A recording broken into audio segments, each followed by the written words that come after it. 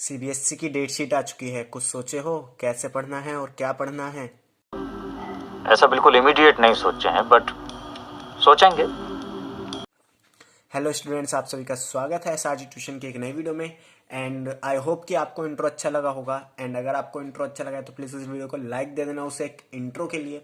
And अभी भी मैं जानता हूँ कि बहुत से बच्चों को ये क्वेश्चंस होंगे कि हम क्या पढ़ें। सो इस चीज़ को सॉल्व करने के लिए मैं लाया हूँ पी ब्लॉक एलिमेंट्स के जो भी हमारे इन टेक्स्ट के इंपॉर्टेंट क्वेश्चन हैं, जो अनसॉल्व्ड इन टेक्स्ट क्वेश्चन दिए गए हैं, उन्हें आज की वीडियो में हम डिस्कस करने वाले हैं। एंड अगर आपको और भी चैप्टर्स के ऐसे ही इन टेक्स्ट क्वेश्चन या एक्सरसाइज के क्वेश्चंस चाहिए जो इंपॉर्टेंट हैं तो प्लीज़ मुझे कमेंट करके बताना। एंड ज़्यादा टाइम वेस्ट ना करते हुए मैं आज की वीडियो को स्टार्ट करता हूँ। सबसे पहला हमारा क्वेश्चन आता है why N2 less reactive at room temperature. So आपको पता होगा कि जो हमारा नाइट्रोजन N2 होता है उसके बीच में 3 बॉन्ड देखे जाते हैं, यानी वो ट्रिपल बॉन्ड होता है। और ये बॉन्ड आपस में बहुत स्ट्रांग होते हैं क्योंकि नाइट्रोजन का साइज छोटा होता है, जिसकी वजह से इनकी जो बॉन्ड डिसोसिएशन एनर्जी है, यानी बॉन्ड को तोड़ने के लिए जो एनर्जी चाहिए वो बहुत ज़्यादा होती है। Due to presence of triple bond between two nitrogen atom the bond dissociation energy of N2 is very high, hence N2 is less reactive at room temperature. So अब हम बढ़ते हैं नेक्स्ट क्वेश्चन की तरफ। How does ammonia react with the solution of Cu2+।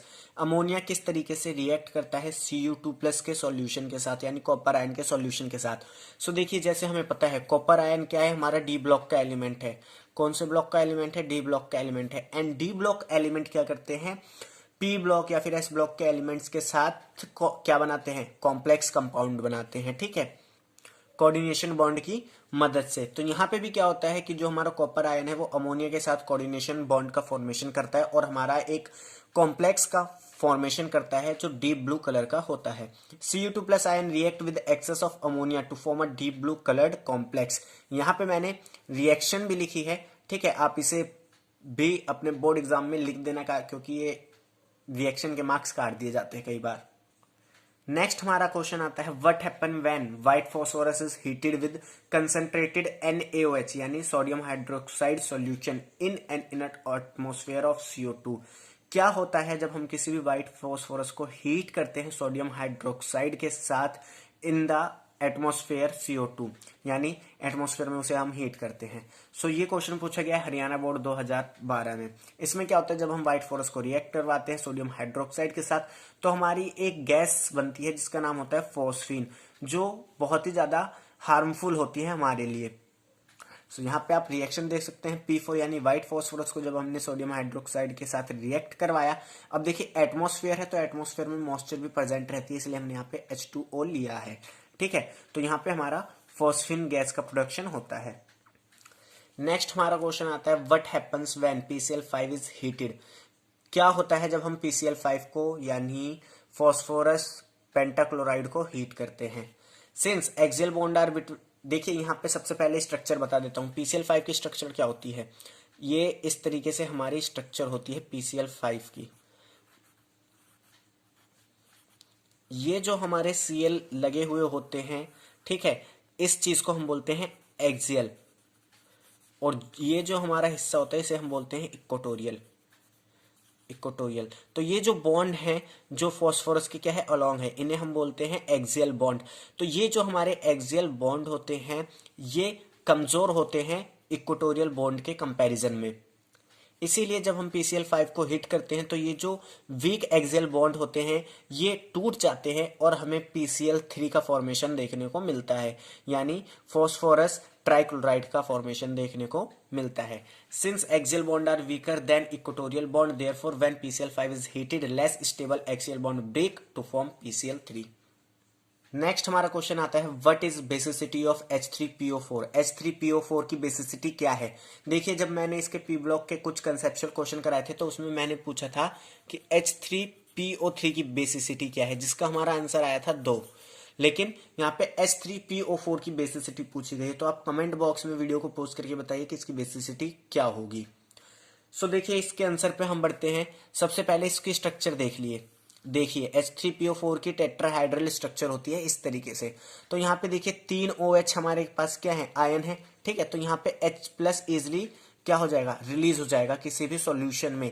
तो इसका जो basically basicity order है वो क्या होगा, तीन होगा, यानी ये ट्राइबेसिक होगा। क्यों? क्योंकि यहाँ पे 3 आयोनाइजेबल H+ आयन हमें मिल सकते हैं।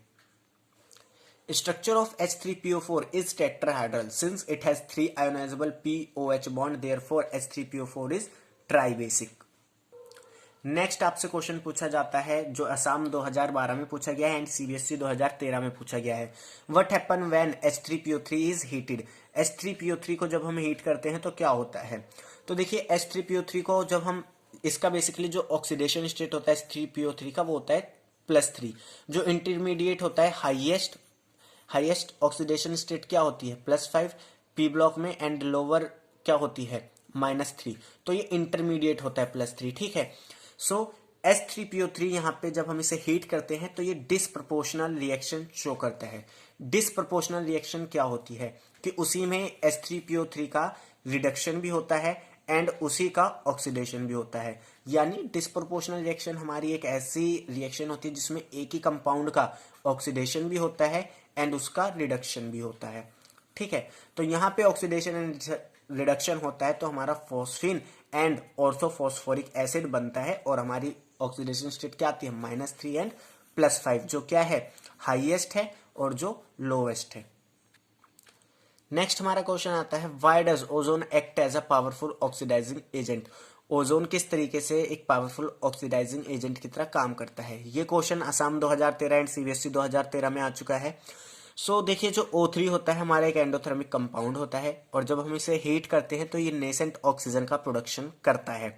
अब जैसे हमें पता है कि जो नेसेंट ऑक्सीजन होती है ये काफी ज्यादा रिएक्टिव होती है, तो ये नेसेंट ऑक्सीजन जो हमें मिलती है दूसरे कंपाउंड्स के साथ जाके क्या करती है रिएक्शन करती है और उन्हें ऑक्सीडाइज कर देती है, ठीक है।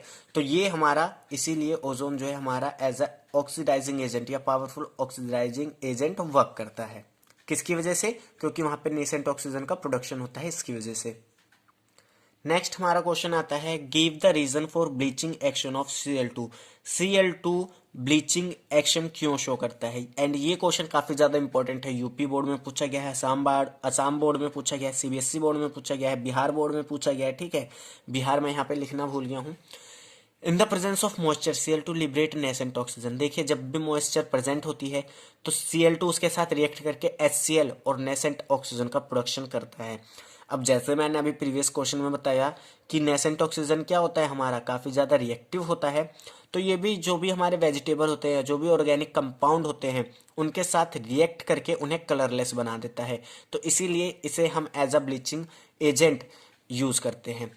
In the presence of moisture, Cl2 liberate nascent oxygen. Nascent bring about oxidation of colored compound या colored substance present in vegetable and organic matter to colorless substance, यानी उनका ऑक्सीडेशन करा के वो उन्हें कलरलेस सब्सटेंस में बदल देता है।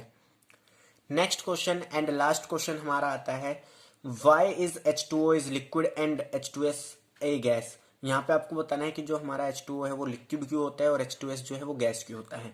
काफी इंपॉर्टेंट क्वेश्चन है। Assam board, Haryana board, Bihar board, CBSE board, Punjab board, हर बोर्ड में ये कभी ना कभी तो पूछा ही गया है, ठीक है।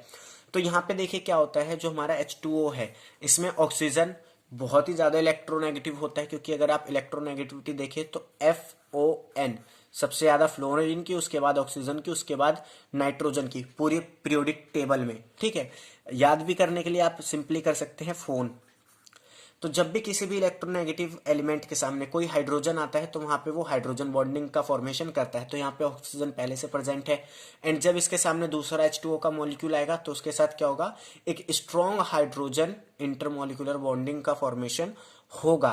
तो उस स्ट्रॉन्ग इंटरमोलिकुलर हाइड्रोजन बॉन्डिंग की वजह से क्या होगा, वो एक दूसरे के बहुत करीब रहेंगे एंड एग्जिस्ट करेंगे as a liquid room temperature पे।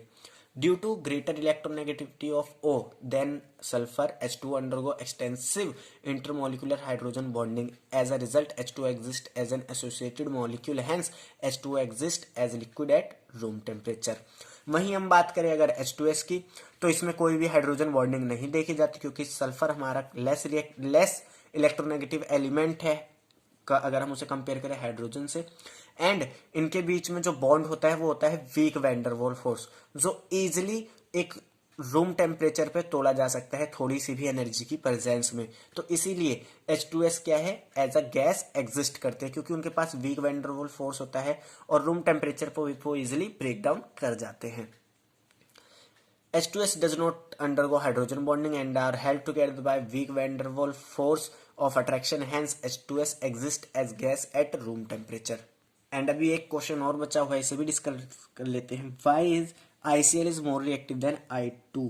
आपको बताना है कि ICl ज़्यादा रिएक्टिव क्यों है आयोडाइड से या आयोडीन से। ICl bond is weaker then II bond, simple सा है, ठीक है, तो इसे पढ़ लेना। सो आज की वीडियो में इतना ही। आई होप ये वीडियो आपको अच्छी लगी होगी एंड आपको जो मैंने आज में इंट्रो डाला है वो इंट्रो अच्छा लगा होगा। तो अगर आपको इंट्रो अच्छा लगा है एंड वीडियो अच्छी लगी है तो प्लीज़ इस वीडियो को लाइक करना, अपने दोस्तों के साथ शेयर करना एंड अगर आप नए हैं हमारे चैनल पे तो प्लीज़ इस चैनल को सब्सक्राइब करना। मिलते हैं नेक्स्ट वीडियो में, तब तक के लिए थैंक्स फॉर वॉचिंग।